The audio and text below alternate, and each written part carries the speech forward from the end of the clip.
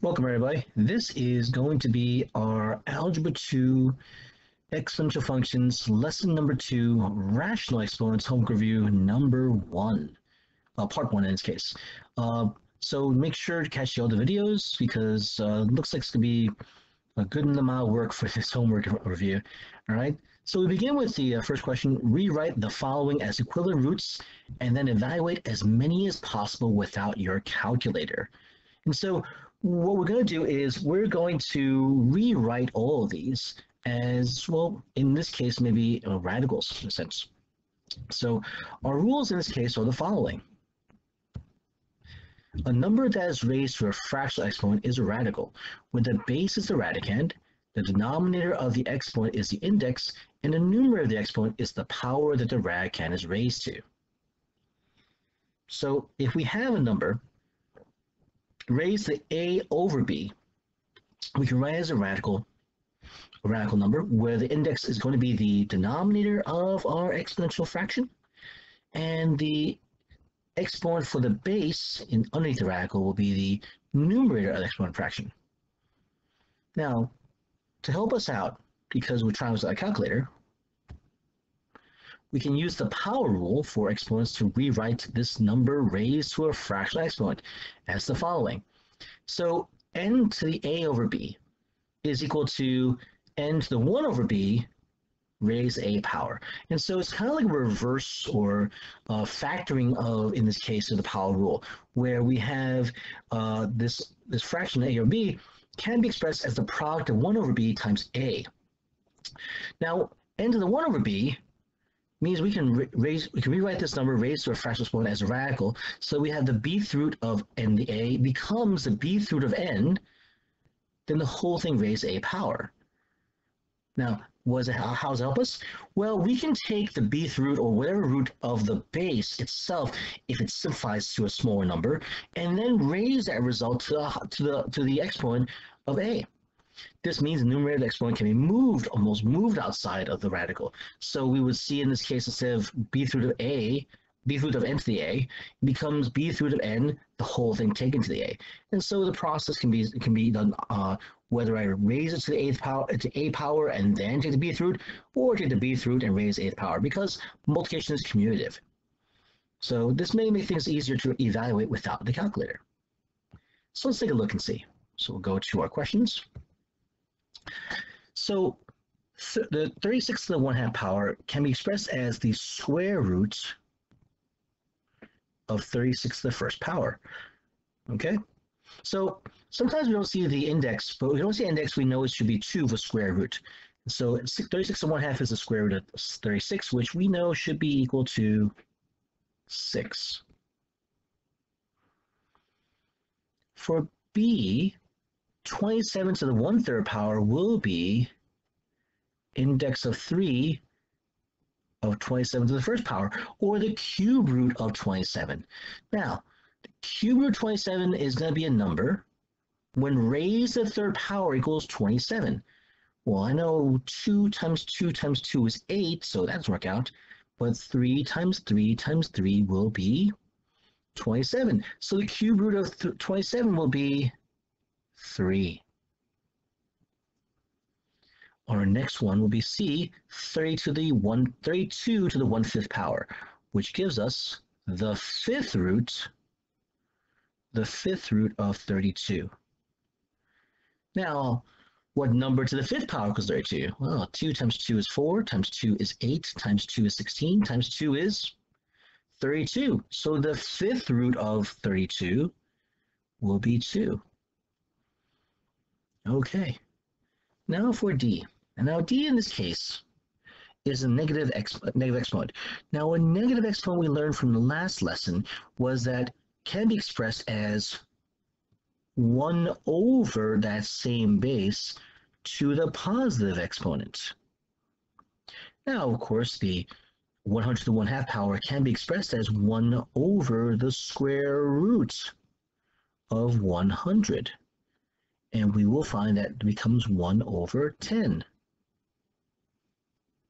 So we want to rewrite our expression with a positive exponent first. e, which is 625 to the 1/4 power, the fourth root of 625. Well, since the end in 5, let's take a look though, and let's try to use 5 as our base. So 5 times 5 is 25. Times 5 is 125. Times another 5 is 625. So the fourth root of 625 is going to be 5. Again, when we say the fourth root of 625, we're looking for a number raised to that index, raised to the fourth power, will equal 625. And that base we're looking for is going to be 5. For f, we continue. We know that 49 to the 1/2 power is going to be the square root of 49. And the square of 49 would be 7, because 7 times 7 is 49. 81 to the negative 1/4, just like d, will express as 1 over 81 to the positive 1/4 power. And so that really means in this case we have the fourth root, 1 over the fourth root of 81. So we're looking for a number, when multiplied by itself or raised to the power of 4, we will get a value of 81. Well, I know that 2 times 2 is 4, times 2 is 8, times 2 is 16. So 2 to the fourth, no, it's not working out. 3 times 3 is 9, times 3 is 27, times 3 again is 81. So we get 4 here. So the fourth root of 81 is 4. So we will get 1 over 4 as our final answer for G. And now for F. For f, we have 353 to the 1/3 power. That 1/3, that 3 will be the index for our radical. So we have the cube root of 343. Oh, man. All right, so I know that 5 times 5 times 5, 5 to the 3rd power is going to be 125. Now 6 times 6 is 36, times 6 is 216. So that's not high enough either. See, 7 times 7 is 49, so 7 times 7 is 49, and 49 times 7, that's a 3, that's a 6, 28, oh hey, 343. So we see in this case, 7 to the 3rd power really will be the cube root of 7 to the 3rd power, which is equal to, in this case, 7. Okay?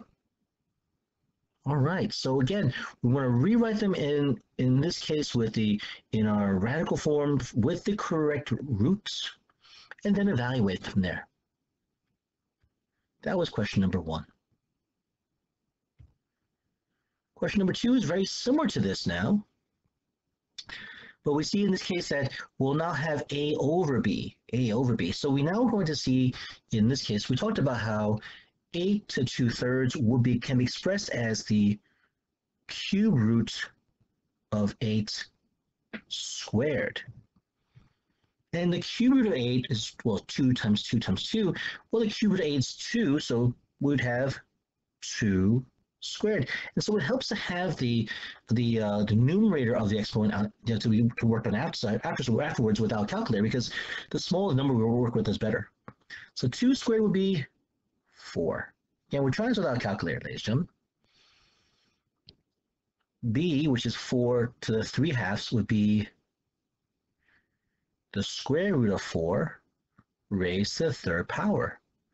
And the square root of 4 is 2, so we get 2 to the 3rd power. That gives us a value of 8. C, which is 16 to negative 3/4. Remember, negative exponent can be expressed as 1 over the same base to a positive exponent. So 1 over 16 to the positive 3/4, or 1 over the 4th root of 16 to the 3rd. Now, the number multiplied by itself 4 times, 2 times 2 times 2 times 2 is 16. So we're going to get, in this case, the 4th root of 16 is going to be 2, but we now got to raise that to the 3rd power, and we get 1 over 8 as our final answer.